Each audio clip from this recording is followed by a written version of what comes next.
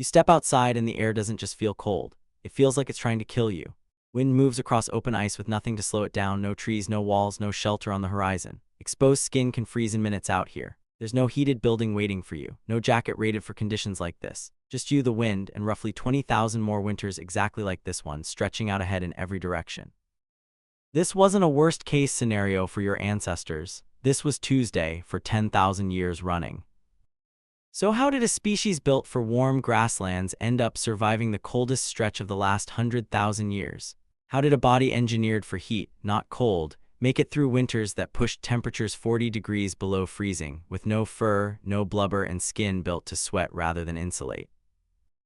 The answer isn't really about biology, it's about what your ancestors built, stitched, and shared, and it starts with the smallest object on this entire list, a needle. In 2016, archaeologists working in Denisova Cave, deep in the Altai Mountains of Siberia, uncovered a sewing needle carved from bird bone. It was intact, with a fully drilled eye for thread, and it was roughly 50,000 years old, making it one of the oldest needles ever found anywhere on Earth.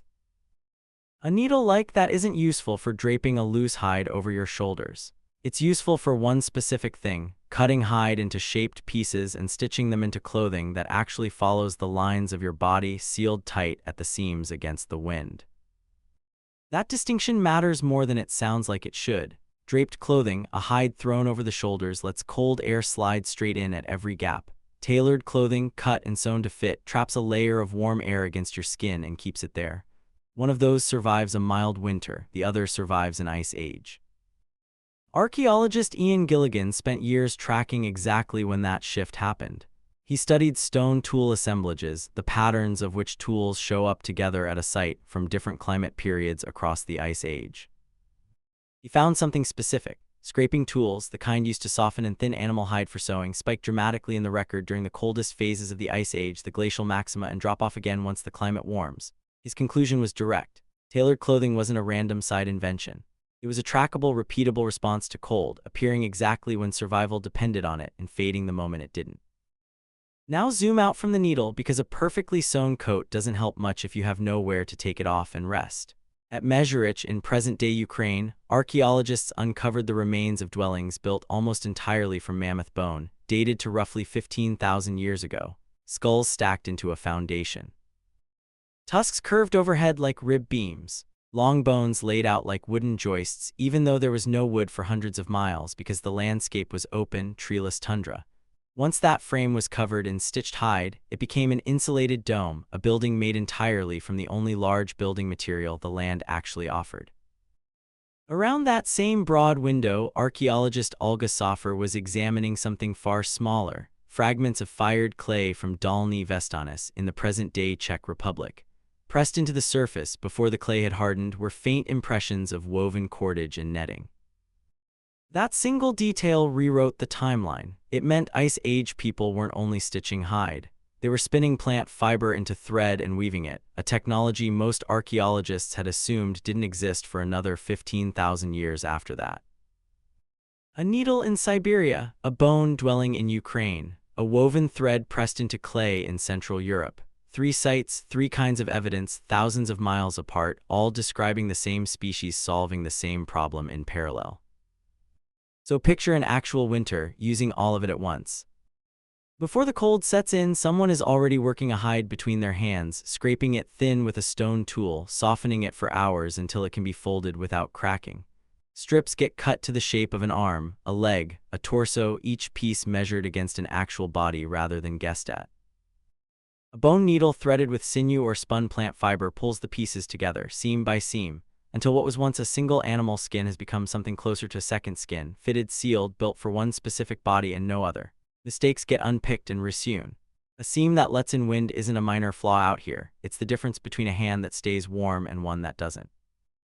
Outside, the shelter itself rises from bones because the land gave up its trees long ago. Skulls form the base, set in a wide ring. Tusks arc overhead like rib beams, lean together until they lock into place.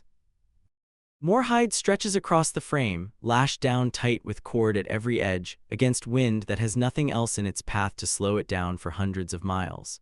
Snow piled against the outer wall adds one more layer of insulation, free, already falling, requiring nothing but the effort of shoveling it into place.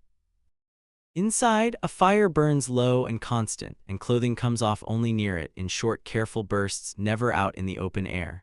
Every layer, every stitch, every scraped hide is doing one job, keeping a small pocket of warmth between your skin and a world that would otherwise pull it away in minutes.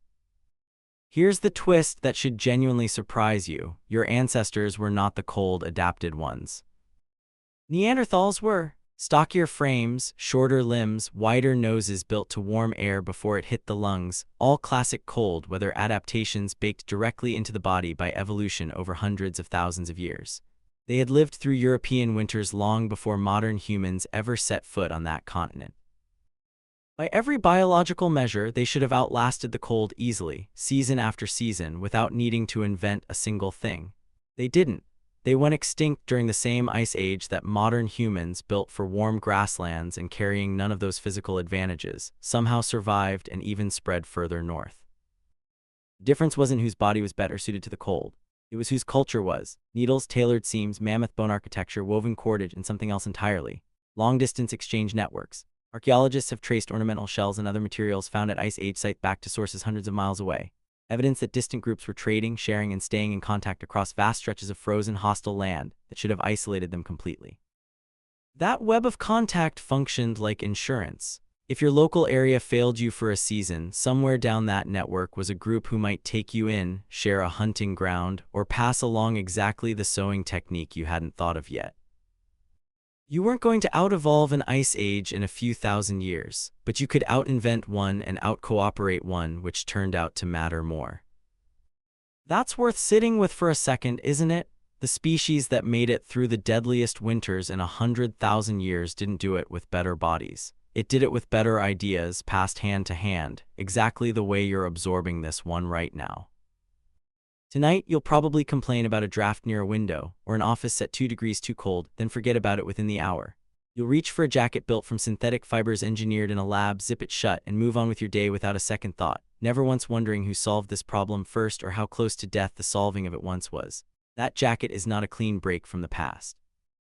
It's the same idea your ancestors developed in Siberia 50,000 years ago, refined 1,000 times over by people whose names you'll never know. Cut fabric to the shape of a body, seal the seams, trap the warmth, survive the gap between you and a world that doesn't care whether you make it through the night.